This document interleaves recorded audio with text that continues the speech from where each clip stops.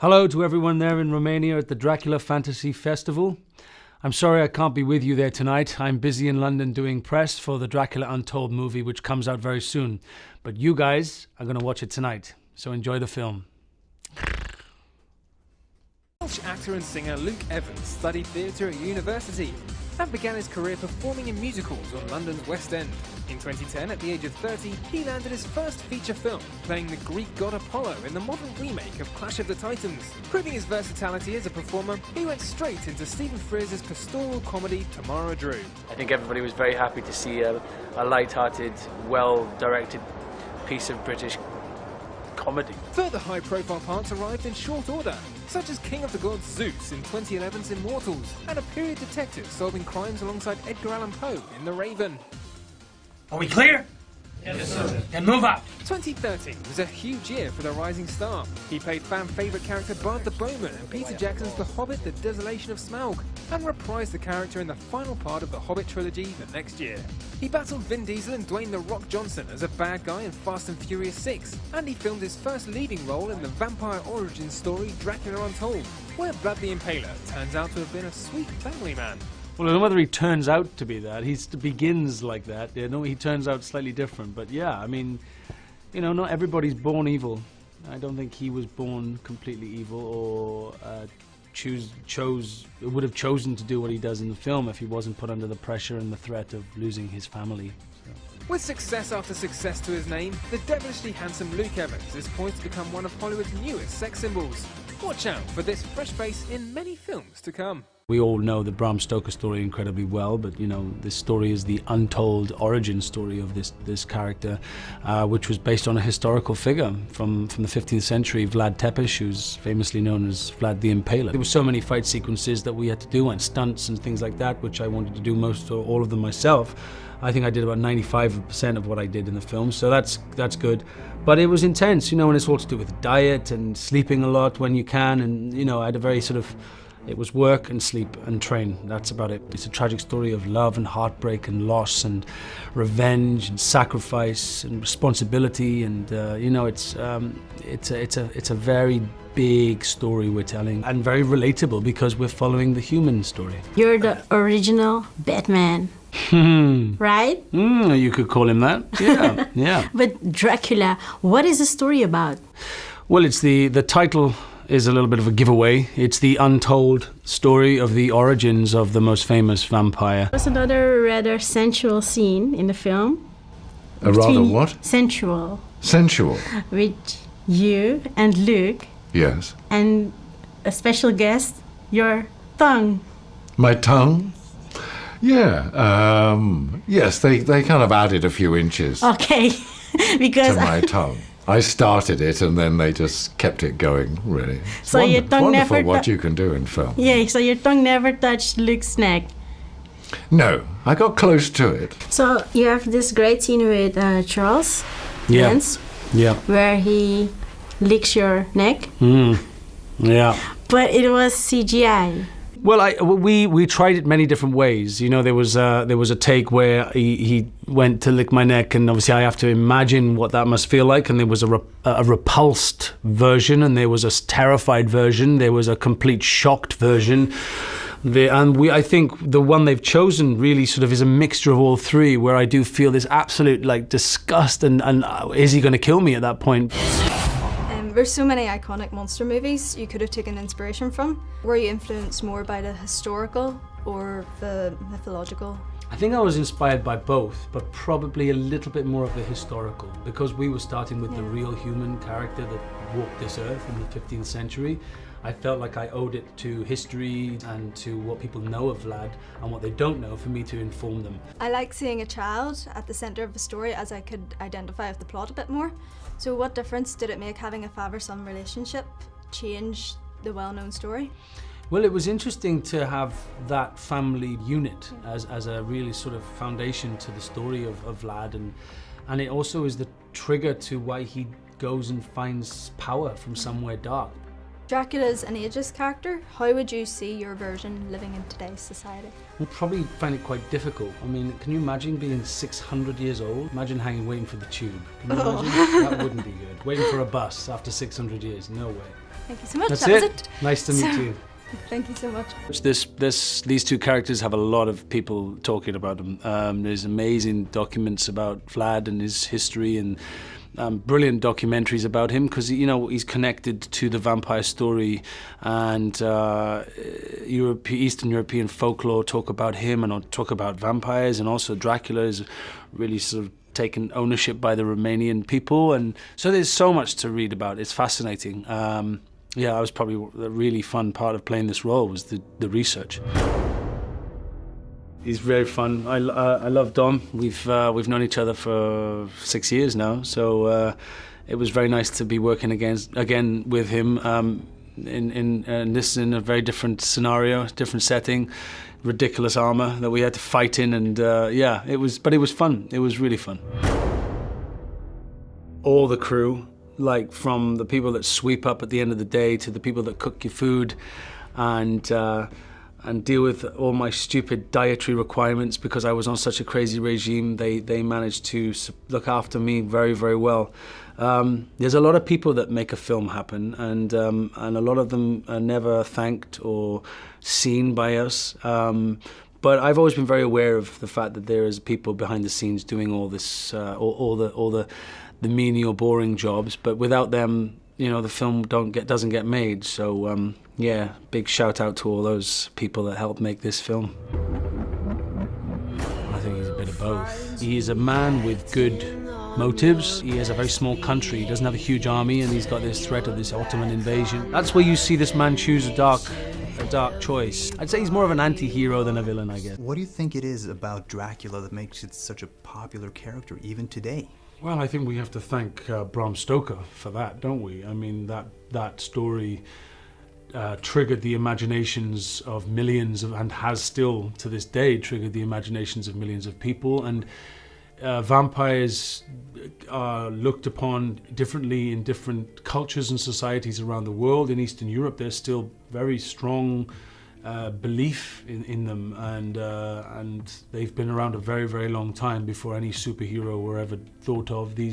Dracula did have these powers of flying and transforming into creatures and having this amazing insight and eyesight and all these things. So yeah, I mean, it's a fascinating subject matter. This is your first leading role. Is that intimidating? It's my first title role. I wouldn't call it my first leading role, but yeah, it is responsibility. You feel the sense of responsibility, not only because it's your name is you're playing the title character, but you're picking up the baton from a very famous group of actors that have played this role over the many decades. So there's that, but it was more of excitement, and I felt very honoured to be given this opportunity to put my take on this role, and not just on the Dracula character, but on the origin story of this character, the man behind the vampire, and the human journey and the transition into this vampire and his journey, which is incredibly interesting. This is a very physical role too. Can you talk about the physical preparation? Yeah, I mean, it was the hardest thing I've done. I mean, I was shooting the pickups for The Hobbit in New Zealand, and I had a trainer there that was training me for Dracula, which was happening after that. So it was months of training before I even started shooting the Doing principal. what? Gym, just the gym, doing loads of weights and supersets and diet changes an awful lot, and all of that stuff. So it was. And eating what? Very cleanly, and lots of omega-3 and whey protein and very clean food, lots of high protein foods and lots of green vegetables, and it gets a bit boring after a while, but that's the body needs that if you're trying to lower your body fat and increase your muscle. You've said that vampire films are not your cup of tea. What's so different about the Dracula Untold story? Well, it is a vampire film, and it's an interesting vampire film, but it's not completely about the vampire. It's about the man and his struggle to fight this darkness inside him. And once he's made that decision, the fascinating part of this story is about watching a man using a very dark force for a very, very positive reason. And so yeah, it's a very different take on the Dracula story that most people will know of. What about the vampire fags? I mean, how was putting them on your mouth? Very easy. They clipped in and clipped out, and but they were very sharp. I caught my lip a few times while I was fighting with them in, but That's part You of the didn't job. touch the skin of the No, I actors. didn't. No, I took them out before we did those scenes. Yeah. Is the scene that you're falling off the cliff really difficult to make it? Yeah, it was a very clever camera trickery there. I wasn't obviously plummeting to earth, but I was on a special rig that they'd created with a body mold of my front of my body that I could lie in but also stretch out, and then there was this huge jet fan behind the cameras that were blowing the wind onto my face and making it look that I was plummeting at 200 kilometers an hour to earth. So Is there going to be a sequel on that film? Well, it is open to a sequel, isn't it? The story where, you know, when you're Yes. dealing with a character that is immortal and can transcend time and travel through centuries, this man could turn up anywhere. This character, this creature, this vampire could turn up anywhere. So yeah, who knows? If it does, I'd be very happy to play him. Imagine yourself in 10 years from now. Maybe playing Dracula, who knows? And old Dracula. Have you ever visited Greece? Not mainland Greece, no, but I would love to go. I really would. It's on my list. It's on my bucket list. And yeah, I would really like to visit it. Would you like to send a message to your fans in Greece on Otsa TV? They're going to watch the film over there. Yeah, they're going to watch. Well, hello, my fans in Greece. Thank you for listening in, and I hope you enjoy the movie when you see it in the cinemas. Thank you so much. What makes a good vampire movie? I don't know. I mean, I've seen a few good ones myself. The good Dracula movies, that is. My favorite one is Coppola's film. I love Mr. Oldman's portrayal of the old Dracula. What's good about this movie, my movie, is it's the untold story of the origins of Dracula. So we're dealing with a brand new, fresh take on the historical figure. He's almost a superhero. He can take down a whole army himself. I haven't seen that in vampire movies, not on this scale before. Yeah. What do you think about that? Well, I think it's fantastic. I mean, that does add that sort of element of superhero to him, even though he not really is a superhero, but he has the powers of a superhero. But yeah, he uses those bats really well, doesn't he? I'd not worked with Luke before, and he's a great guy. He's terrific, but very talented and looks sensational. You know, I mean, he's such a handsome hunk. I'm going to show you some pictures of some of the most popular vampires in movie history, and you're going to choose your favorite one. So we have Bela Lugosi, the first Fantastic. one, and Christopher Lee. Well, it would have to be Christopher Lee. I mean, my fellow Hobbit actor and legend, and probably the most famous of Draculas. No contest, unfortunately. Tom Cruise is out. Yep, good film though. Love that film. It's a great film, but no, I mean, Gary Oldman, amazing. Edward Cullen from the Twilight Saga, and you. If in doubt, pout. If you want to be bad, be Vlad. It's not an easy story to tell, and it's not an easy story to watch. I mean, it's about a man who's threatened the potential of losing his family, his loved ones, his son, and the sons of his kingdom, and his kingdom. I mean, there's a lot of pressure there. And it's also about the human journey, the origin story. We're telling the story of a man fighting this urge to drink blood, but also using the powers he's gained to do good things. If you're wondering who the man with the adorable Welsh accent is, it is Luke Evans, or as I like to call him, not shit Orlando Bloom. You might recognise him from the Hobbit movies. But this is his first time anchoring a major Hollywood blockbuster. When you're sitting down there in the cinema, watching yourself, 10 feet tall, what are the sorts of thoughts that go through your head? You don't want to know. I do want to know. It is quite weird. It's a strange feeling to see your face, large. I've learned how I can watch it, but it takes me a few times to watch it before I can just appreciate the story objectively. But it's very hard the first few times because you're looking at yourself and you're remembering that day or that moment or that physical demand of that day or the emotional drain of the scene that I was doing. So it's difficult. I guess the first question I wanted to ask is, Dracula's such an iconic character, and sort of how's he different to the kind of classic portrayal of Dracula in this film? Well, I guess the easiest way to answer it is just to look at the title. It's the untold story of the origins of Dracula. Everybody knows the Bram Stoker story, but nobody really knows how he was born and where he comes from and who he was before he was a vampire. And this story tells that story. Just have to resist. Resist what? Resist what, Vlad? Tell me. A thirst. for blood. Obviously you're in great shape for the film.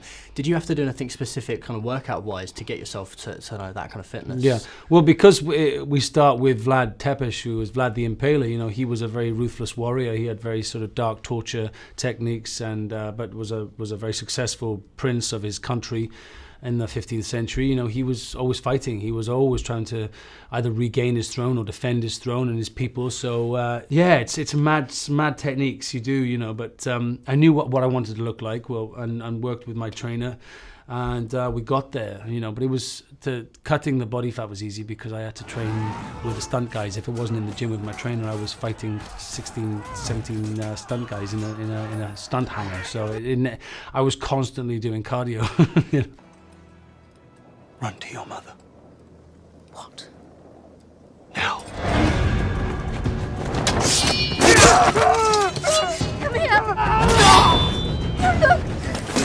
What would a typical kind of workout look like? What kind of exercises you'd be doing? It was often supersetting, so that we could do it quite quickly. You know, I didn't sit around. You know, we'd get in and out, because I would be after a 14-hour day that I would have to go to the gym, and that's, you know, my trainer couldn't expect me to be in the gym for an hour and a half. I just couldn't do it. So 45 minutes we were in and out, but we'd have like hammered a muscle group.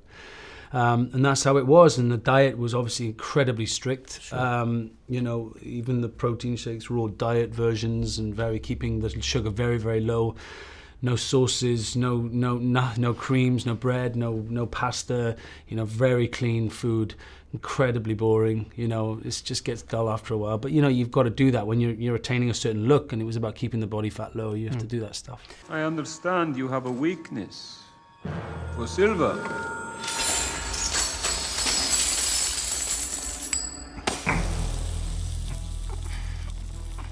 Were there kind of supplements you were having to take to kind of keep up with that kind of grueling regime? Yeah, I mean, there was a lot of sort of natural supplements that I was taking, you know, things that would just benefit my immune system, keep me well, keep me healthy, loads of vegetable juices, a load of amino acids, chewables and drinks and stuff like that, a load of omega-3, 6 and 9, that's very important. Yeah, and then Epsom salt baths, night before you have to do the naked stuff. Okay. Yeah, and sipping water, drinking loads of water, and then starving yourself, and then doing sips of water, and and then on the day of training and the day of the topless shots, you can eat like maple syrup and bananas and pancakes. It's amazing. Yeah. Obviously, your kind of character at the beginning of the film is quite scarred and cut up and stuff, and there's a lot of really kind of cool action sequences. Were there any kind of any close calls on set or anything like that? Yeah, there was a couple. There was one fight sequence I had with Dominic Cooper, because we were both in this ridiculous armor, which was really restrictive, and so we couldn't do a lot of the moves. And one sword hit me in the eye, right in the eye. Half an inch lower, and I probably would have lost my eyesight. But it's part of the job. Sure. I sound so macho saying that. You know what? These are the risks I take, man. And you believe you know what it is to be a monster? You have no idea. But I'm going to show you. When we think of Dracula classically, he's the bad guy, right? Did you kind of have that in mind when playing him as a protagonist in this film? Yeah, I didn't want to show those sides of him straight away, because where we meet him in the film, you know, he's put that character, he's locked him away, he's put that armor away that reminds him of that Impaler character, you know, who he was. But when he realizes, you know, the guns are drawn and, you know, the pressure's on, he realizes he has to bring that creature back out, that person that he was. And that moment is a big moment in his mind, where he just realizes this person he has to dig him back out. And it's not a nice person at all, you know, vicious. Fantastic. I mean, is it fun to play the nastier side? Yeah, it was nice to be able to do the light and the shade and watch the whole transformation of the character, you know. It was great. It was really fun. I'll start by asking, is Dracula a character that you've always been quite fond of, or was this almost your opening into his world? I wouldn't say I was fond of him. I was very aware of the character. I think it's a fantastic role for any actor, and we've seen him portrayed for many decades with some of the best actors of our generations and generations before us. So I'm very aware of it, and my favourite Dracula is the Francis Ford Coppola version with the wonderful Gary Oldman portraying him as this very ancient creature. But no, that's all I know or knew of him when I took the role. And does that bring, obviously you just mentioned a couple of the sort of big performances from actors who have played him. Does that bring about a sense of pressure to you, knowing that you're sort of following in the footsteps of others Not before pressure, because I'm not really retelling that story that they were telling. I'm telling the origin story. So I'm playing Vlad Tepes, who was actually a historical, real person that inspired the Dracula character 400 years later when Bram Stoker wrote about it. But so no, I didn't feel a pressure. I felt was quite honoured that I was picking up the baton from the likes of people like Christopher Lee and Gary Oldman, but I'm telling a different story. It's the untold origin story. It's just a very different story. So when you were sort of first approached, was there any hesitations when you heard it was going to be about vampires, or did you have to take any convincing? Well, I had to read the script and realise that it was a story about something that was. I didn't know that much about Vlad Tepes or Vlad the Impaler and how he was connected to the Dracula character. But it was a refreshing new take on the origins of such a famous literary vampire. So no pressure, just more privilege and honour. I read that you were off shooting when this sort of the audition process came about, and you did it on Skype. Is that right? I just spoke to Gary on Skype. Yeah, I had meetings in LA about it. I was in London. I spoke to him from my home in London. We had lots of Skype meetings and lots of meetings in face-to-face as well. You know, it's the way it is when you're travelling as an actor. Because sort of Hollywood's sort of changing sort of rapidly and the world's becoming a much smaller place. That must be so beneficial to actors now these days, where you can audition from anywhere, sort of, so to speak. Yeah, well, things can move much faster as well because of things like Skype and it does. It helps. It helps people, you can really get a sense of somebody even on Skype nowadays. You can converse and talk for hours, which is what me and Gary did. And I was going back to Vlad, I mean, we need to get a sense of his dark side. But obviously, what to counteract, there's a real sort of charm, and we get to see the sort of family man as well. Was that quite a tough balance for you to strike, to kind of have both of those aspects to his demeanour? I wouldn't say it was tough. I say it was a challenge, but it was a really exciting challenge because that's why I think the script sort of jumped out at me in the first place, was because I was telling the story of the human as well as the vampire and his transition and about his plight and his journey and the fact that he was a father and a husband and a leader and a king and a prince and a warrior and all these things. They're very human qualities that he could express, and it makes the character much more appealing and relatable to an audience. And was one of the sort of aspects of his personality that you could relate on a human level was the kind of addiction side to it? Because, I mean, obviously it's all quite supernatural, and yet he's struggling with what is effectively addiction, I guess. It is. It's an addiction. That's how I've been describing it to people, is that, it is. He's like he's fighting this need to drink blood. And he fights it quite successfully for a few days there, but the power is overtaking him. But yeah, it is like an addiction, and he's sort of forcing himself into the cold turkey sort of scenario. Yeah. Of course, the third and final Hobbit movie is sort of coming sort of fast upon us. I was just wondering, it must be quite exciting for you to know that it's getting to a point where a lot of people have seen it and you can finally talk about it, because you must have been keeping quite a lot bottled up for the past year or so. Yeah, we're not really allowed to talk about the film that's coming up. We can talk about the film that's gone, but it's very, we're sort of told to stay stum until it comes out, or when we start doing the press for it, yeah. But it's nice, yeah, you're right. It's the final chapter, so we'll be able to tell the full story then. Yeah, it must be quite sad that it is sort of, well, there's still a lot more Hobbit sort of life left, I suppose. You've got the press to do and all the premieres and stuff, but sort of coming to an end, that must be sort of quite sad. Yeah, prospect. Well, it's bittersweet. It's nice as an accomplishment for everybody involved, but especially Peter Jackson, who's been involved in that Middle-earth world for a very long time. For him, it's probably a huge moment, a big book that he's going to finish and close. And but we all feel very lucky to have been part of that journey, and the final installment is going to be amazing. Brilliant. Well, thanks so much for your time today. No Much appreciated. Thank you. Take care. Cheers. Thank you. See ya. So first of all, this film, you're very good in it, and you're very good at being bad. Was that a lot of fun? It was a lot of fun. Yeah. I mean, he's a bit of bad, he's a bit of good, he's a bit of a villain, he's a bit of an anti-hero, a bit of a, he's got a lot of things going on. So it was fun. It's a huge spectrum of things that I get to play with him in this character. So yeah, it was great. Yeah, because he's like a romantic hero, he's an action hero, he's also kind of a baddie. How did you get into characters this? Because it's quite complex. Well, you know, it's all in order. So you just got to start with the family man and the hero and the leader of his people, who also did have a very dark past. So you have to remember that as well. And then you slowly allow this man to unfold his story. And yeah, but it's the human story. So, you know, I'm a human, so it was easy. I could just relate to this man. I saw his journey. I could see his pain. And I could also understand the dilemma of wanting to protect your loved ones and also your people and not having any options apart from what might be up this mountain in this dark cave. You know, it's like, what would you do? So it was so much fun, incredibly exhausting and physically draining, you know, because you're trying to portray a man who's basically addicted. He has an addiction. Once he's drunk that blood of that master vampire, he has this fever that takes over him, and he's having to contain that while trying to wrangle these powers to his advantage. Good use of wrangle, I like that. Wrangle.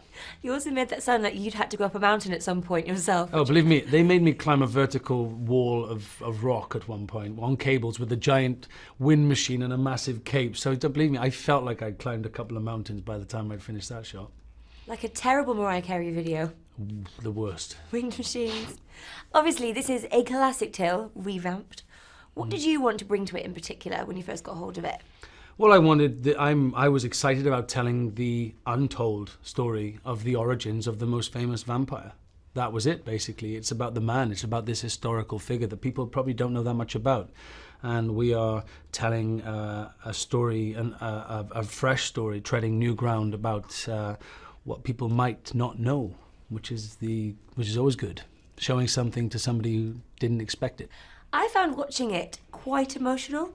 It was sort of a bit like an extended Fathers for Justice campaign with also like this terrible like romantic issue. Yeah. Was it quite emotional filming it? Oh, it was traumatic. Yeah, there were moments of real tragedy and heartbreak, and yeah, there were days where I just couldn't talk to anybody. I'd finish the day and just go and sit in my trailer for an hour and just try and regroup. It's exhausting, and like emotionally, it was for my character. It's such a huge journey for him, you know. And there are he loses his wife, you know, and he thought everything he was doing was for her. So it's a beautiful, tragic, heartbreaking story about sacrifice and love and revenge and all the, you know, sweeping emotions that, you know, draw you in from the second the film begins. It presents you with this love he has for this woman and his child and the respect he has for his people, and yeah, there's a lot going on. I was trying not to cry because it was just me and Susanna Reid, who I don't know. I was like, don't cry, she's going to think you're weird. Who's Susanna Reid? Oh, she presents Good Morning Britain. Oh, right, yes, she's that's quite famous. Right. I was on TV the other day, wasn't I? Yeah, she didn't know who I was either, so ha!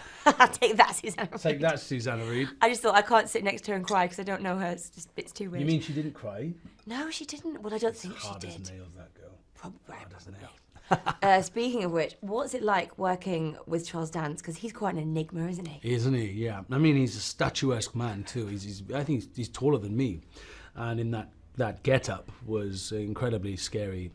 The whole set felt like you were walking into a cave. It was really dark. It was brilliantly made, and he just delivered such a sinister, dark, threatening, desperate creature that wants to get out, you know. It was brilliant. It was 4 days of real enjoyment, if not slightly scary moments. Did you come out of it more or less scared of him? Oh, I mean, as soon as we said cut, he's back to himself, you know. He's Charlie, so that's not so bad. And very quickly, I like the story of you climbing the gigantic mountain. Was there another part of filming that you think was quite challenging or might surprise fans? Well, the you know, the plummeting to earth, trying to catch my wife, which is a tragic moment. That was a very clever piece of rigging where I was, they'd molded the front of my body and they'd put it horizontally and I sat in it, and then there was this huge fan and the camera was in front. So I was actually horizontal, and then I was on this sort of weighted seesaw, so they could make me move around and tilt me. Yeah, so I wasn't flying downwards, but that's how they did it. It's very clever. They didn't throw you off a mountain? They didn't throw me off a mountain, no. I think Gary might have wanted to throw me off a couple of times, but we had to finish the movie. Well, it's a fantastic film. Well done. And lovely to speak to you again. Nice to see you too. You too. Take care. It's great. Tom's a lovely man. He's a good friend of mine and a wonderful actor, and we have some fantastic scenes together in the film.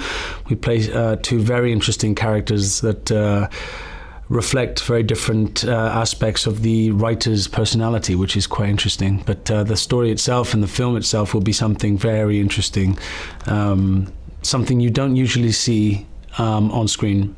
Films like this don't get made very often, so I think it'll be a very special moment. How relevant do you think is Dracula in this age of video games?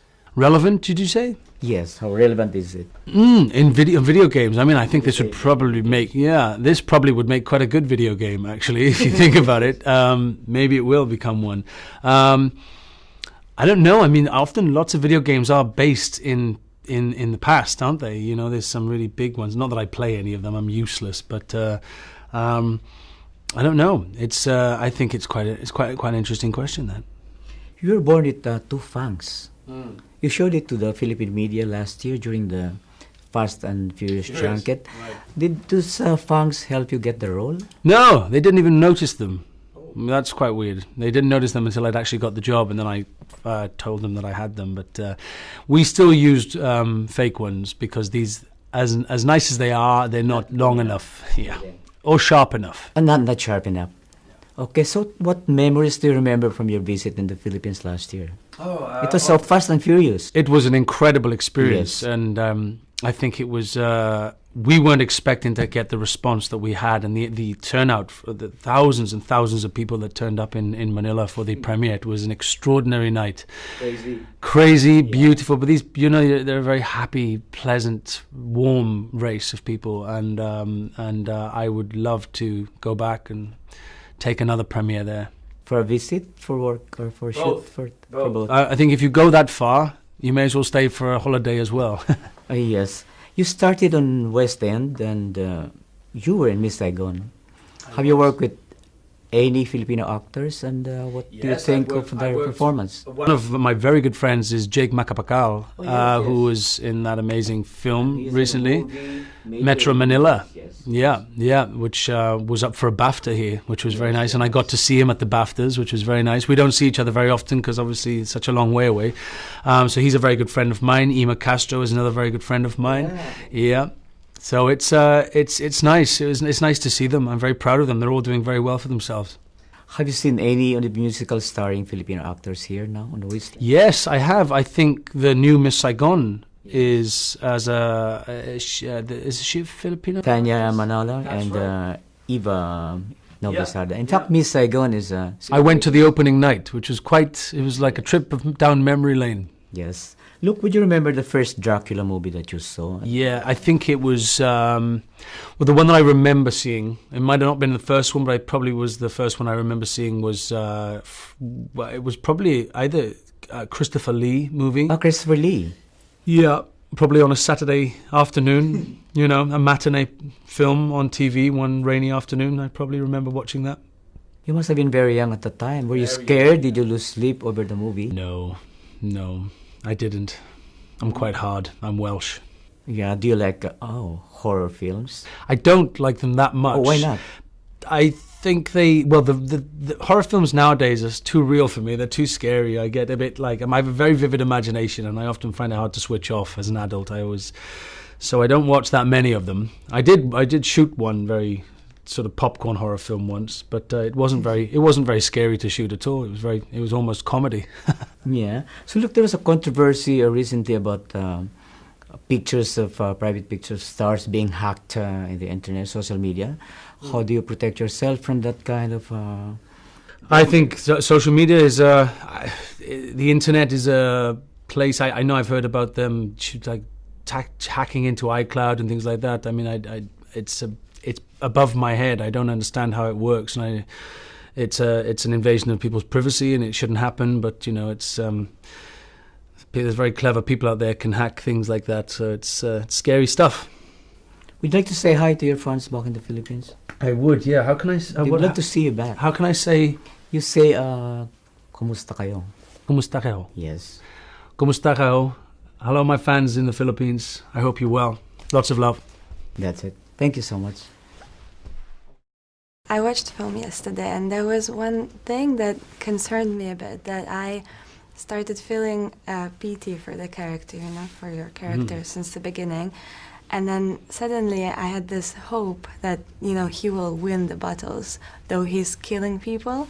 So I felt like the evil has a right to exist if it's justified, which is kind of controversial. Weird. It's very controversial, yeah. But I guess that's sort of why this story is interesting, and that it does make you question who are you supporting in the story and why. And you know, he chooses to do something in the film, in the story, that allows him power and gives him access to incredible strength, but also makes him have this terrible, dark, sinister thirst for blood, which potentially will ruin him forever. So yeah, it's a very interesting one, isn't it? Yeah, I'm glad you felt that. It is, because it's a protagonist, you know, and you kind of always want the protagonist to win and to... Yeah. But I felt bad that I wanted him to kill people. So I also felt in the beginning that Vlad he kind of embodies the, you know, the ideal masculinity, that he also as a ruler as well, because he shows, you know, if you have a power, you have a great responsibility. Was it something you felt about your character? I think all of those things definitely informed my portrayal of Vlad. I wanted him to have this human base of, you know, of feelings as a father, a loving husband, a loving father, and a leader, and respected by his people, and a protector of his kingdom. All of those things were what makes him very relatable. I wanted the audience to have empathy for him. I don't mind if they don't agree with what he chooses to do in the film or the story. You know, when he decides to drink the blood, it's a very dark thing to do, but he's a desperate man.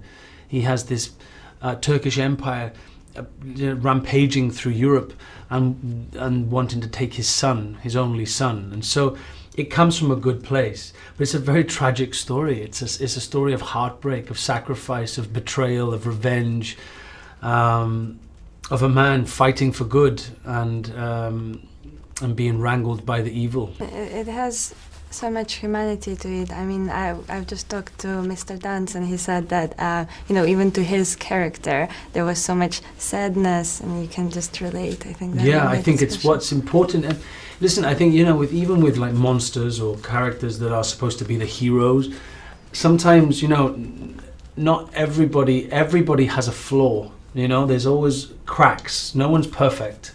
And I think Vlad is a perfect example of a man who's not perfect. He's had a bad past. He's trying to do the right thing, but he's left with no choices. And so you see this man who has flaws, and it's interesting because I think people can have empathy with him then, you know, even if they don't like him at the end of the film, or maybe they do, you know, they just see this sad, tragic figure of a man who's sacrificed everything to save what he thinks was right and what he loved.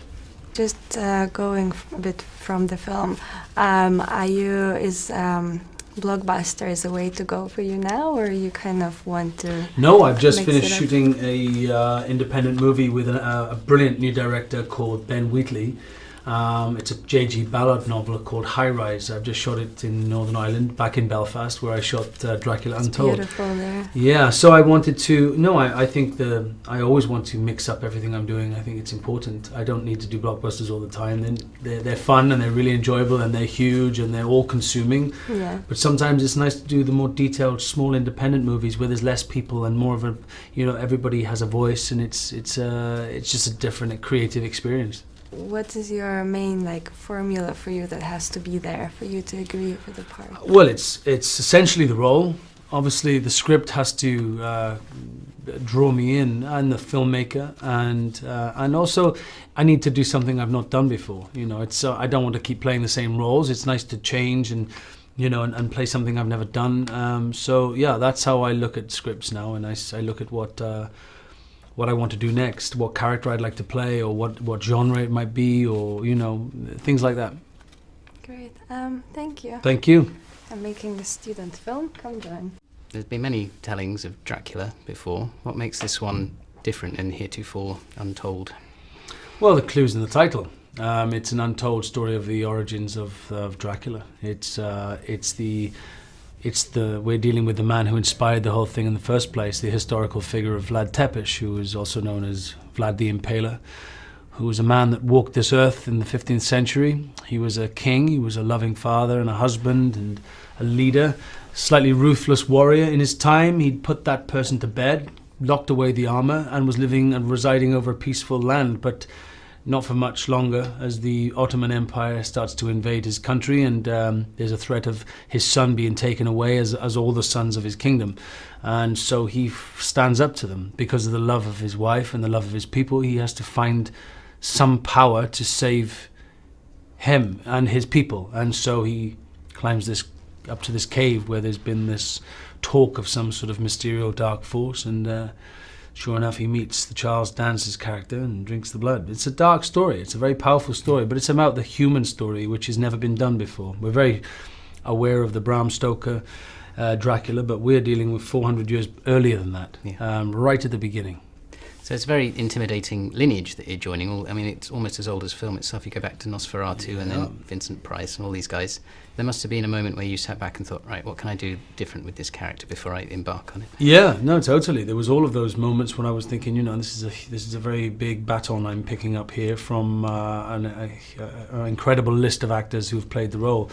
But I guess my saving grace is that I'm telling the story that they didn't. I'm telling the story of how they all began their characters, that character began. So it was freeing, and I had the license to tread new land, to new ground, and tell a story that hadn't been told, and that was why I wanted to do it in the first place. Yeah, I mean, in some senses, we're telling an even older story than the Dracula story. We've got this Faustian pact that goes on between Very you much and Charles. so. So can you lay out the bargain that Vlad makes with Charles's character?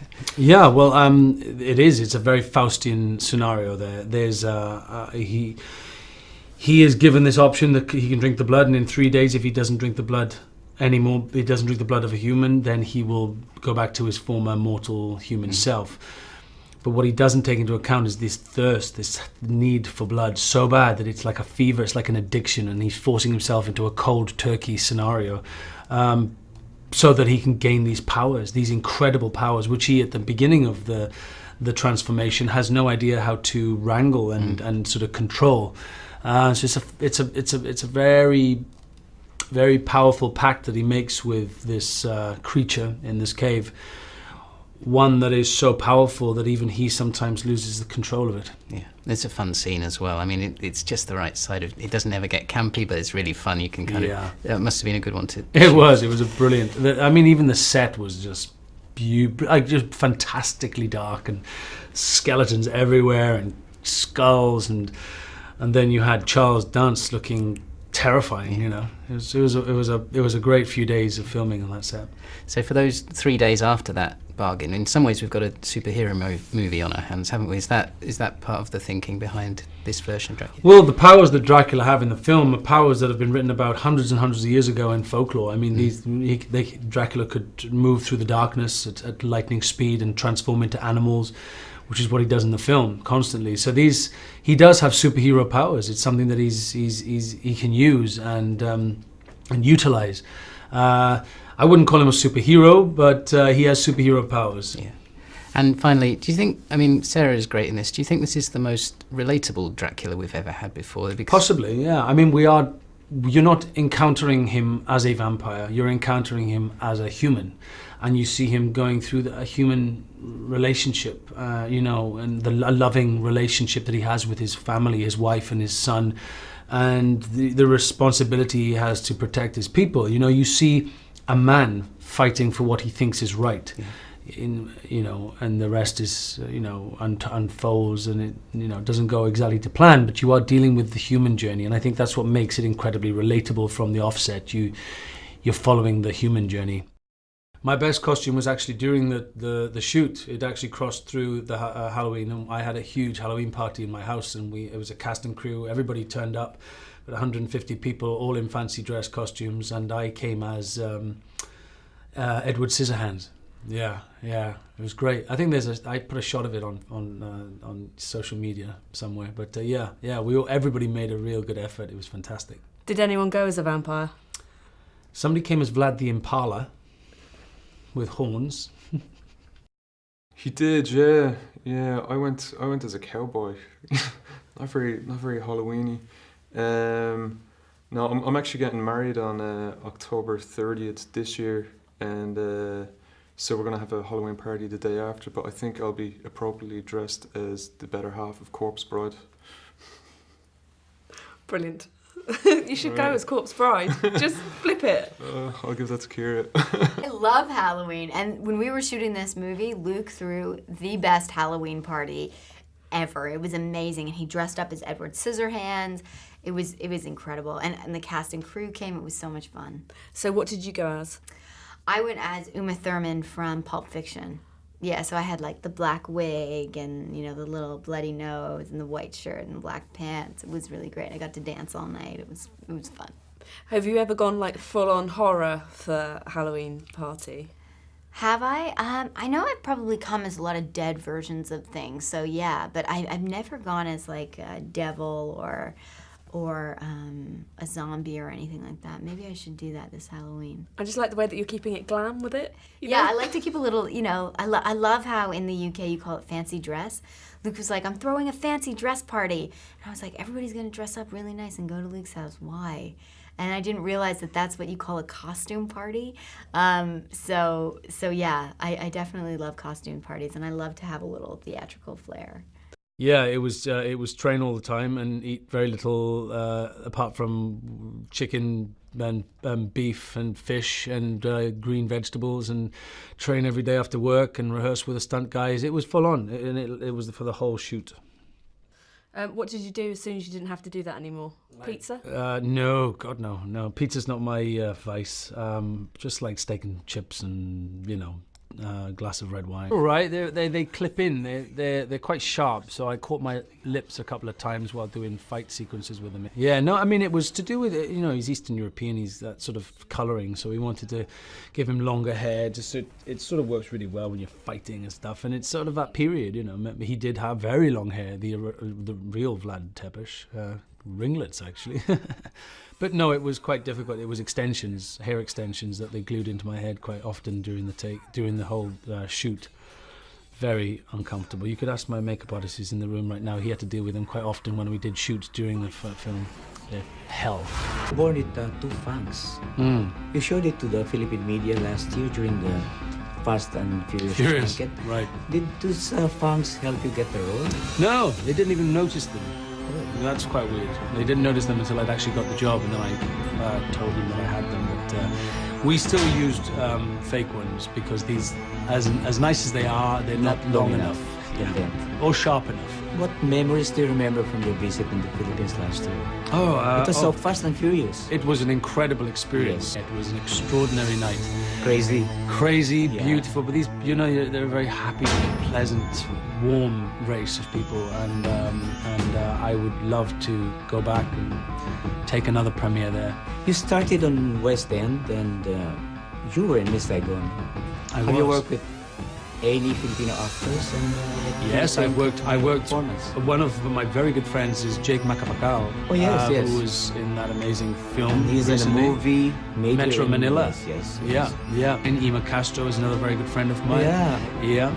So it's nice. It's nice to see them. I'm very proud of them. They're all doing very well for themselves. Would you like to say hi to your fans back in the Philippines? I would, yeah. Kumusta kayo? Hello, my fans in the Philippines. I hope you're well. Lots of love.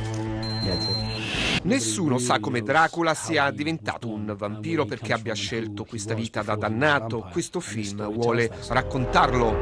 Avrai la forza di 100 uomini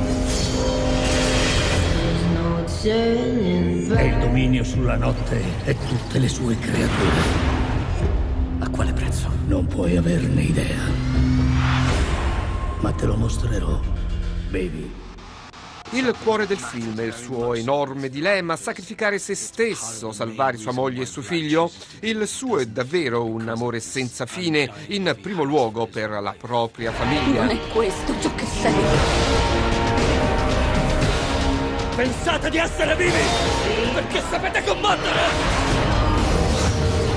Siete vivi a causa di quello che ho fatto per salvarvi! La cosa più bella è stata vedere il bene e il male nello stesso personaggio, assistere alla sua trasformazione.